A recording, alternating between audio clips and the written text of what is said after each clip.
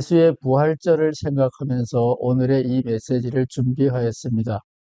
오늘은 저의 이야기라기보다는 조직신학자에 가까운 성서신학자의 이야기를 그냥 그대로 읽어드리려고 합니다.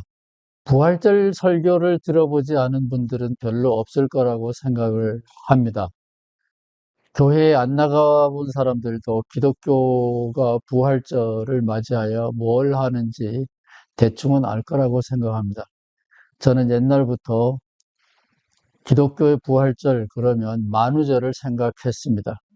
만우절이라고 하는 것은 메마른 지구촌 사람들이 그 생활 속에서 약간의 흥치를 돋구기 위하여 상대방에게 심각한 피해를 주지 않는 해학적인 거짓말을 하는 날이라고 저는 생각합니다. 피해를 보는 사람들이 늘어나면 아마 지구촌에서 만우절은 사라지겠지요.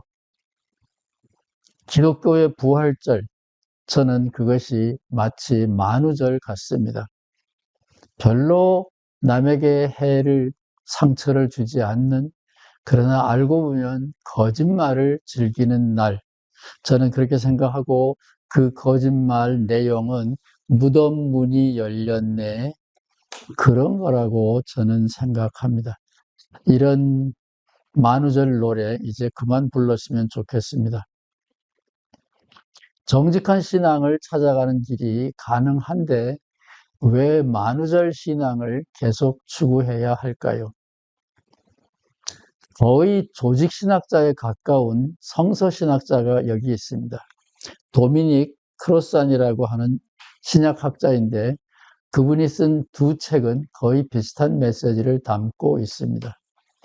예수, 사회적 혁명가의 전기, 예수는 누구인가, 고고학적인 증거 자료를 보충하여 성서신학을 재구성하고 있는 성서학자입니다. 정직한 신앙을 찾아가기 위하여 젊은 날 그가 속했던 캐톨릭 신부 옷을 스스로 벗어 던졌습니다. 그는 이런 질문을 합니다. 빈무덤과 예수의 부활은 사실인가 만들어낸 이야기인가? 여기서 허구라 그러면 상처를 주려고 하는 거짓말로 오해될 수 있기 때문에 제가 만우절 이야기를 미리 드린 겁니다. 꾸며낸 이야기이기는 하지만 상대방에게 해를 주려고 하는 것은 아닙니다. 필요에 의하여 꾸며낸 거지요. 구약에 있는 예언서를 생각하면서 하나님의 섭리하에서 모든 일이 이루어졌다. 이런 틀을 생각하고 있었기 때문에 만들어낸 이야기입니다. 빈무덤, 여기서 나는 크로스안입니다. 크로스안은 예수의 친구들에 의하여, 아리마대 요셉에 의하여, 니고데모에 의하여 정중하게 매장되었다라는 것은 완전히 허구다. 사실이 아니다. 그가 매장된 것이 사실이라면 로마 병사들이 시체 더미 위에다가 던지는 것, 그것으로 매장은 끝났을 것이고 그렇게 허술하게 매장된 예수의 시체는 다른 범인들의 시체와 마찬가지로 동물들이 먹어치웠을 거라는 거죠. 따라서 무덤을 방문했다. 그런 이야기는 사실은 아니다. 확실하게 이야기하고 있습니다. 저의 이야기가 아닙니다. 화내지 마십시오. 두 번째, 부활절 일요일에 과연 무슨 일이 생겼는가? 네, 이것은 굉장히 중요한 부활절 메시지를 담고 있습니다. 핵심은 기독교 신앙은 죽지 않았다. 그 얘기입니다. 시체가 되살아났다라는 이야기가 아니고 기독교 신앙이 죽지 않았다. 이런 이야기입니다. 그 후에 예수님이 여러 신자들에게, 제자들에게 다시 나타났다. 그 이야기도 시체, 되살아난 예수님의 행동을 말하려고 하는 것이 아니라 기독교 신앙이 어떻게 되살아났느냐. 초점은 신앙에 있다. 그 얘기입니다. 기독교 공동체가 예수 처형 후 자신들의 신앙이 되살아났음을 선언한 공동체의 선언이다. 이거는 크로산이 직접 이런 말을 했는지는 모르지만 많은 신약학자들이 이런 표현을 썼습니다. 그래서 저도 부활은 기독교 공동체의 선언이다. 이렇게 간단하게 말씀드리고 싶습니다. 따라서 성령 강림절 사건과 밀접하게 연관되어 있습니다. 사도행전에 의하면 부활절이 있었음에도 불구하고 50일 성령 강림절이 오기까지는 예수를 만나본 제자들이 겁을 먹고 갇혀 살았다. 이런 이야기가 있습니다. 참조하시기 바랍니다.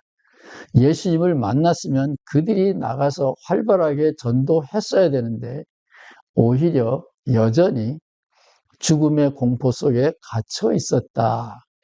40일 동안 그런 이야기입니다. 참조하시기 바랍니다. 예수께서 여러 사람들에게 나타나셨다. 혼자 부활하시면 의미가 없지요. 부활하신 다음에 여러 제자들에게 나타났다. 현현이라 그러는데 이것이 굉장히 중요한데 왜 이렇게 여러 사람들에게 여러 경우에 예수님이 나타나셨는가?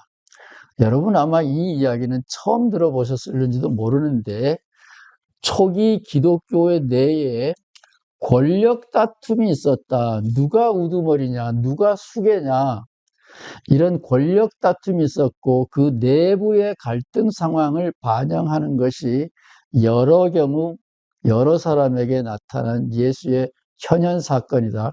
꼭 기억하시기 바랍니다. 예수는 누구인가라는 책 페이지 쪽수도 밝혀놨어요. 조직신학자가 알지도 못하고 헛소리하네. 그럴까봐.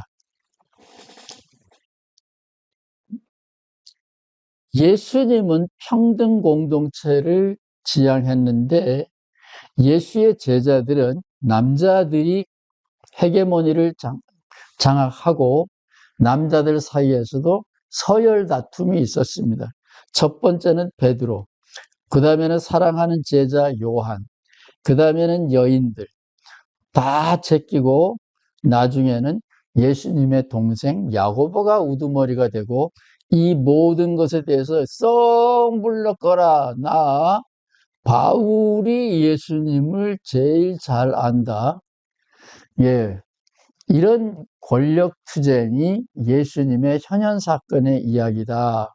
꼭 참조하시기 바랍니다. 부활절 하루에 모든 일이 일어났는가? 그것은 아닙니다.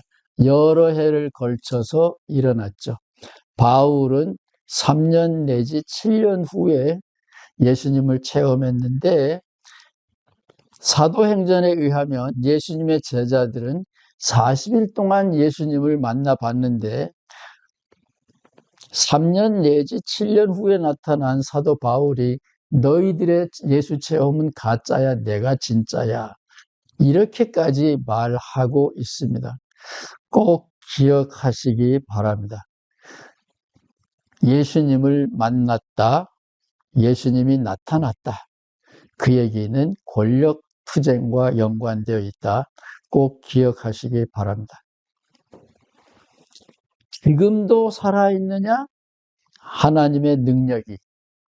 초대교회는 예수를 통하여 체험했던 하나님의 능력, 저는 그것을 임마누엘이라고 말합니다.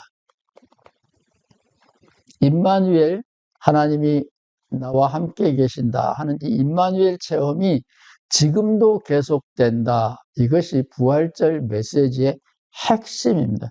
시체가 살아난다. 그런 걸로 보면 부활절은 죽은 이야기가 됩니다. 오늘은 부활절, 기독교 만우절을 맞이하여 만우절 노래를 그만 부르자, 그런 의미에서 신약학자 다미닉 크로산의 메시지를 그냥 전달해 드렸습니다.